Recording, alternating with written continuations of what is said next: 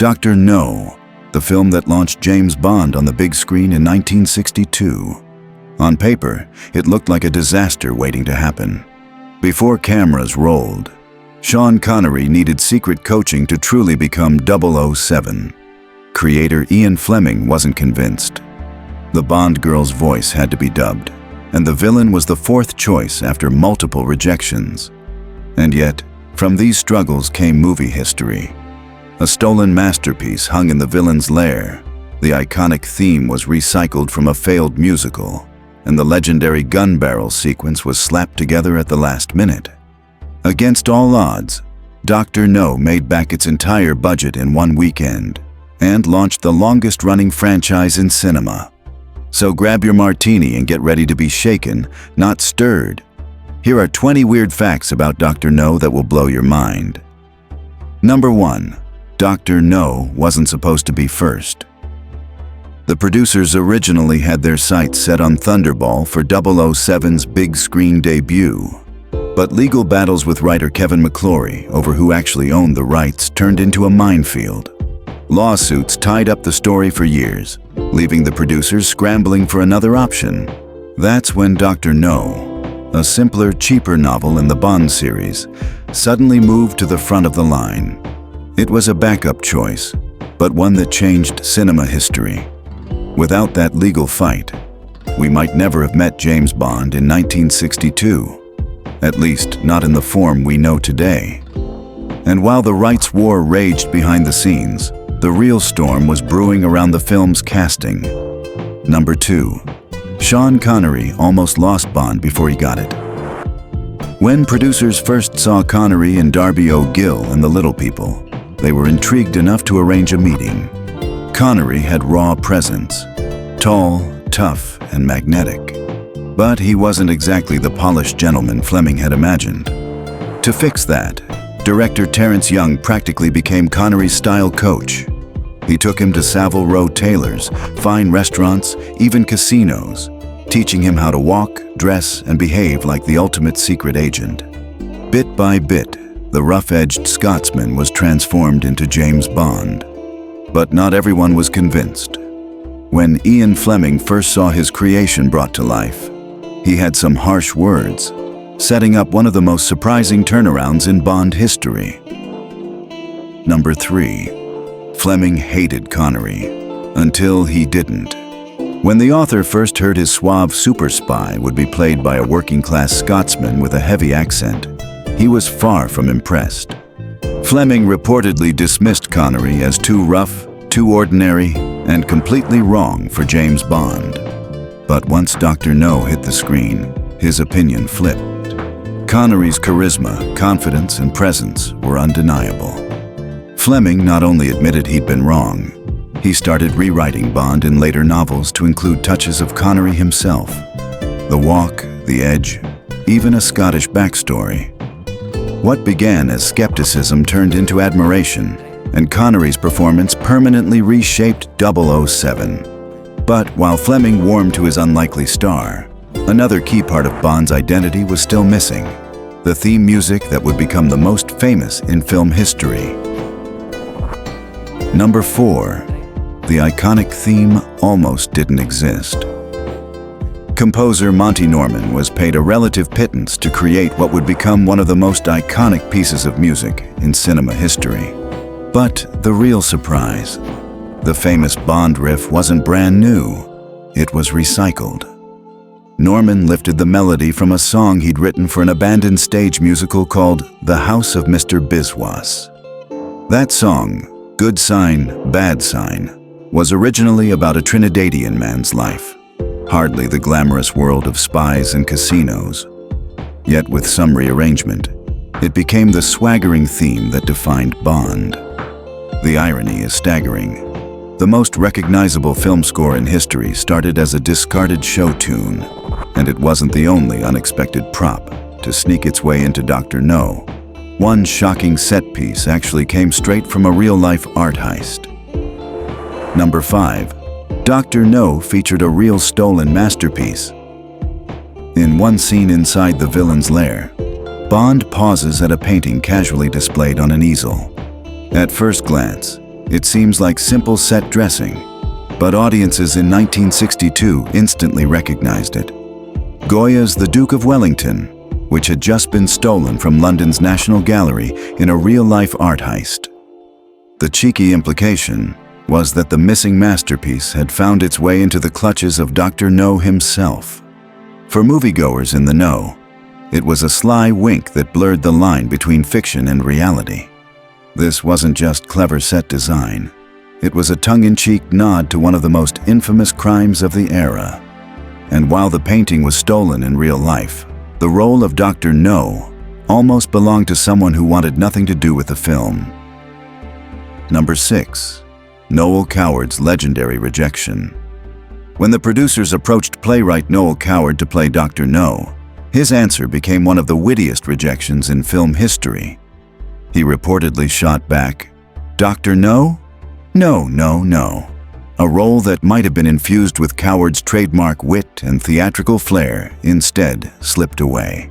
His refusal left the door open for Joseph Wiseman, whose icy, detached performance defined the character in a completely different way. And as it turned out, Coward wasn't the only almost Bond villain with a famous name. Number 7. Christopher Lee was almost Dr. No. Before he terrified audiences as Dracula, Ian Fleming's own cousin, actor Christopher Lee, was considered for the part of Dr. No. Lee's aristocratic presence and chilling charisma would have brought an entirely different energy to the role. But scheduling conflicts made him unavailable, and Wiseman took the part. Ironically, Lee would eventually join the Bond universe decades later, as Scaramanga in The Man with the Golden Gun. Imagine if Fleming's family tie had made history right from the start. Number 8. Ursula Andress's voice was dubbed. The Swiss actress who became the template for all Bond girls wasn't entirely what audiences thought. Ursula Andress, who stunned the world in her iconic white bikini, was dubbed over by voice actress Nikki van der Zyl. Andress's thick accent made many of her lines difficult to follow, so the filmmakers made the bold choice to replace her voice entirely. That famous "looking for shells" line, it isn't hers. Andress became a global star, but the voice behind her was someone else's. Still, the illusion worked, and the on-screen chemistry with Connery only fueled more attention. Number 9. On-set rumors. Their sizzling screen presence sparked whispers that Andress and Connery's chemistry wasn't all acting. While never confirmed, the gossip spread quickly, blurring the line between performance and reality. Bond films would become famous not only for their action and villains, but for the off-screen glamour, intrigue, and speculation surrounding their stars. It was the beginning of a tradition. The Bond girl was not just a role, but a media event. Number 10. Fleming visited his own adaptation daily. The author of James Bond didn't stay away from the set. Filming took place just a few yards from Ian Fleming's GoldenEye estate in Jamaica, and the novelist regularly stopped by to watch. He often brought friends, proudly showing off how his literary creation was being transformed for the screen. But Fleming wasn't just a passive observer. He had opinions, sometimes sharp, about how his stories were being adapted. Seeing Bond come to life in real time was thrilling for him, even if not every change matched his original vision. Number 11. The cold-blooded murder scene that outraged fans. One of the most talked about moments in Dr. No was the scene where Bond calmly executes Professor Dent. In Fleming's novel, Dent doesn't die this way, but the filmmakers wanted to establish Bond as a ruthless, decisive agent. When Connery delivers the line, fires, and then coolly empties the rest of his gun into Dent's body, it stunned audiences. Some fans of the novels even protested, claiming the literary Bond was never quite that cold-blooded. But on screen, it cemented 007 as a killer who never hesitates, a defining trait of the franchise from that point forward. Number 12. The Dragon tank was built by accident. One of the strangest props in the film The flame-throwing dragon tank used to terrify the locals wasn't in Fleming's book at all. It came about almost by accident. Production designer Sid Kane had mocked up the bizarre vehicle as part of his concept art, and the producers loved it so much they wrote it into the film. The result was a strange but unforgettable set piece, adding a pulpy, almost comic book element to the otherwise grounded spy thriller. Proof that sometimes the best Bond gadgets are born from happy accidents. Number 13. Jack Lord reportedly demanded equal billing with Connery. American actor Jack Lord, later famous as the star of Hawaii Five-0, played CIA agent Felix Leiter in Dr. No. But behind the scenes, he reportedly demanded equal billing with Connery and wanted to be portrayed as Bond's co-star rather than a supporting character. The producers balked. They gave him the role for this film, but his demands ensured he would never return as Leiter again. Ironically, his short-lived role added to the revolving door tradition of Felix Leiters in the franchise, a character who would be recast more often than almost anyone else. Number 14. The budget was embarrassingly small. With just around $1 million to spend, Dr. No was made for less than the catering budgets of modern Bond films. Corners had to be cut everywhere. Sets were minimal, costumes were reused, and filming locations were chosen largely for convenience. In fact, several scenes were shot at Ian Fleming's own GoldenEye estate to save money. Yet, instead of looking cheap, the constraints forced the filmmakers to be resourceful and gave the movie a clean, stylish edge that helped define Bond's cinematic look. Number 15. Honey Rider's entrance was almost too risque. The most iconic moment in the film, Ursula Andress emerging from the sea in a white bikini, knife at her side, nearly never made it to screen. Studio executives worried the scene was too risque for 1962 audiences and considered cutting it. Cooler heads prevailed, and the shot stayed. It not only made Andress an international star overnight, but also created a blueprint for every Bond girl entrance that followed. To this day, it remains one of the most famous introductions in movie history. Number 16. The tarantula scene used a real spider. Long before CGI, Bond films relied on practical effects, and in this case, genuine danger. When audiences saw a tarantula crawl across Sean Connery's chest, it wasn't a trick of the camera. The filmmakers used a real spider, separated from Connery's skin only by a thin pane of glass. His tension, the stiffness in his movements, even the flicker of unease on his face, all of it was real. Connery later admitted he was terrified, and it shows. The scene remains one of the most unnerving moments in the series, proof that sometimes reality is scarier than fiction. Number 17. Joseph Wiseman's detachment from Bond. The man who played the titular villain didn't share the franchise's enthusiasm. Joseph Wiseman, a respected stage actor, reportedly had little interest in the spy genre and rarely spoke about his role.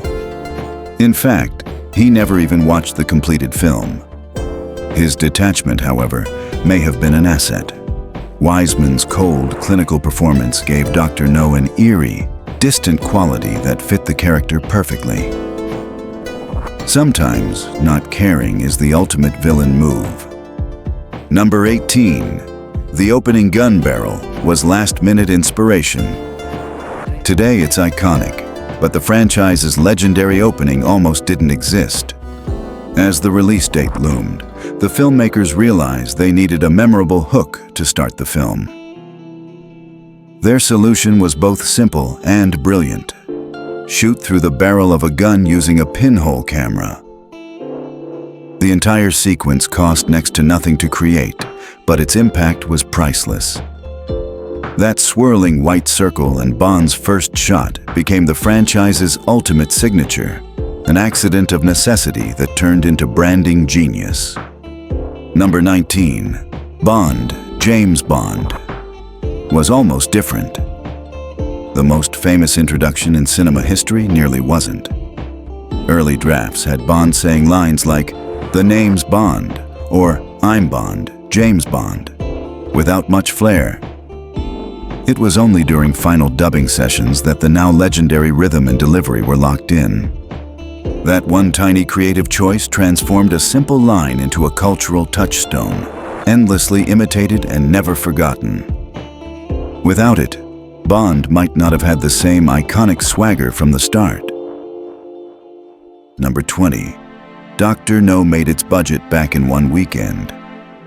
For all the chaos, corner-cutting, and controversy, the gamble paid off. Dr. No recouped its entire budget in its opening weekend alone. What began as a low-budget experiment with uncertain casting, recycled music, and risky creative choices became an instant phenomenon. The film launched a franchise that has spanned more than 6 decades, proving that even the most troubled productions can create movie history. And that's just the beginning. Dr. No wasn't simply the first Bond film.